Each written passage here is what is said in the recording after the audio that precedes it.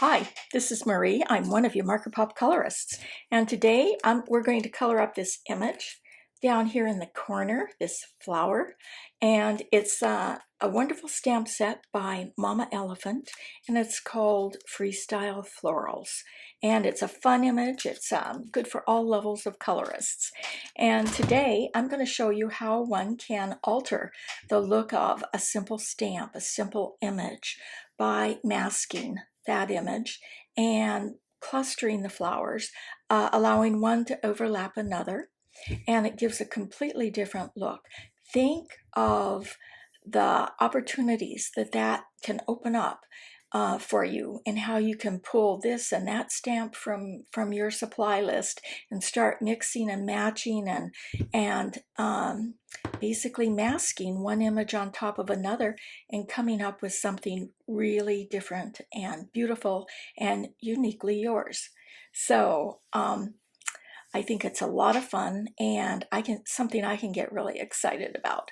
I'm also going to be using a post-it note. I realize not everyone has my favorite, which is actually post-it tape, but there are a lot of different types of masking paper or tape out there of the dry, and there are a lot of liquid masking fluids.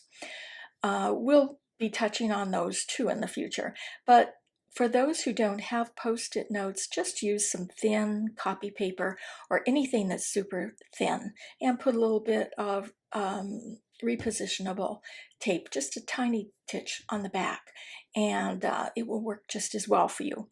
Just make sure that your mask is made from super thin paper, nothing thick, because you don't want a ledge when you're doing a mask.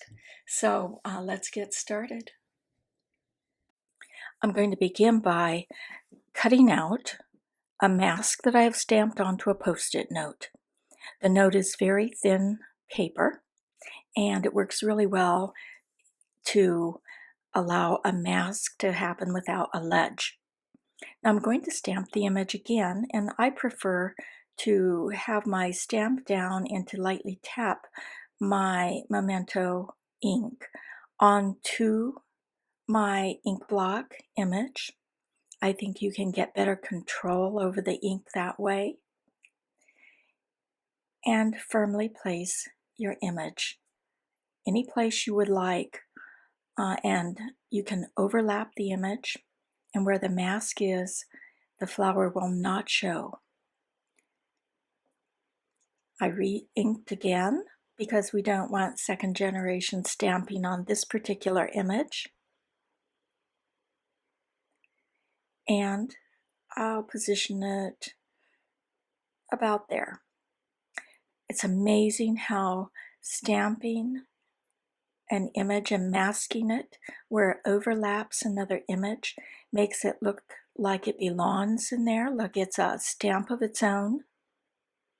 And when you pull that off, you have a beautiful bouquet to be able to use. If you have made a mistake and your image does not completely show, you can use like a little Copic multiliner to close any lines that you want. Now, I'm not going to cover my entire image with my base coat, my R2O. I'm just going to flick kind of in the direction I want my shadows. Because in this image, I want to have it appear almost like you would do hair. You want to see some strands and lines through the image. I do not want an overly blended image like I usually do. I just wanted to make it look a little bit different. And I'm mapping again with one of my midtones just to make sure. That's where I want my darker shadows to be. I like the way that flicking toward the center and from the ends toward the center can give you an image that it pops up in the center. It gives it dimension.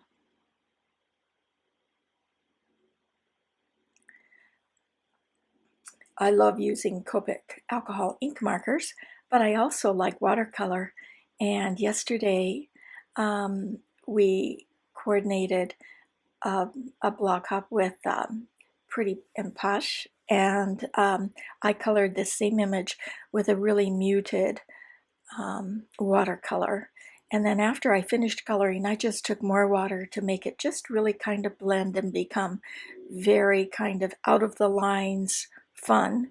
And I just sprayed it with a lot more water and had a lot of fun with that. And that image looked so totally different than this one. So.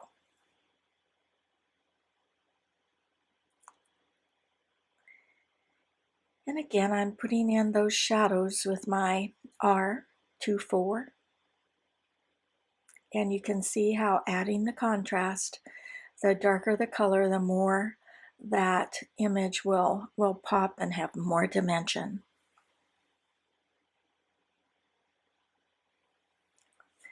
Now I'm going to blend, actually not a blend so much as a flicking out, because I do want some lines, not overly blended.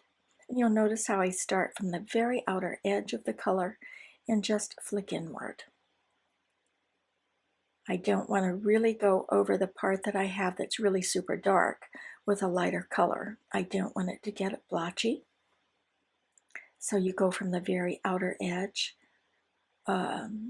closest, I guess the part closest to your highlight, and just flick inward. Now I'm doing that with my highlight, one of my lighter shades. There's a big difference between the R20 and the R22. So in this case, I kind of bridged it a little with an R21. I normally would not do that, but there is a big difference between my 2.0 and my 2.2. And I don't notice it so much until I go to photograph it. And then I really notice the difference. So on this particular image, I kind of bridged it by going ahead and using an R21 in between there.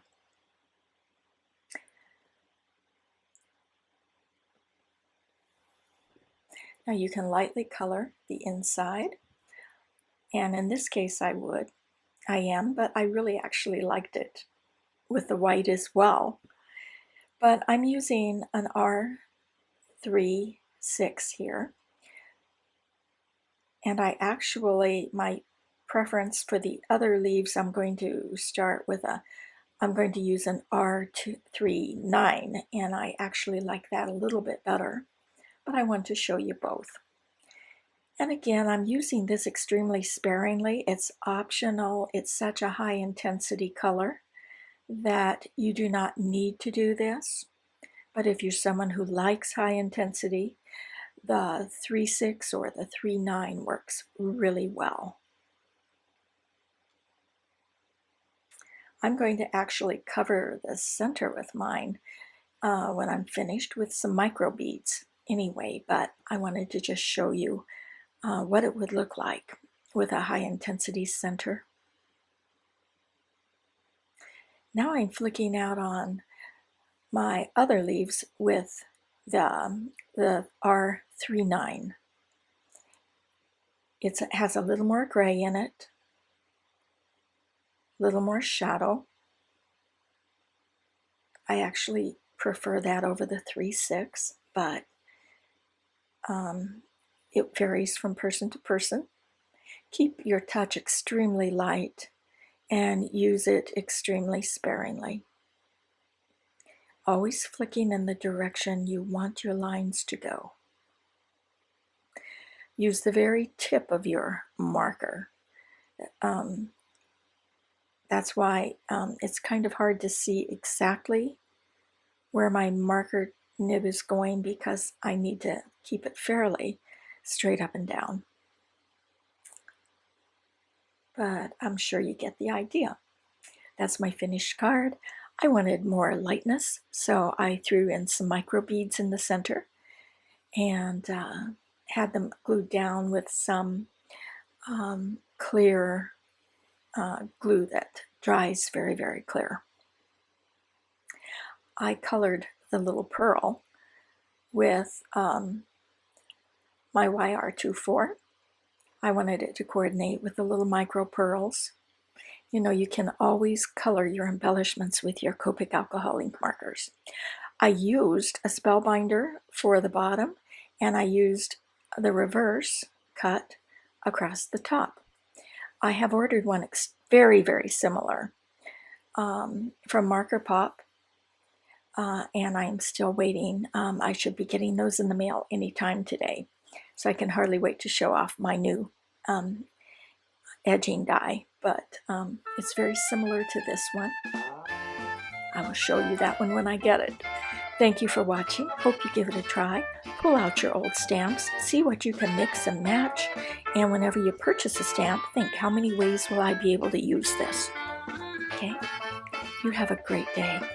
If you liked it, let YouTube know by giving me a thumbs up.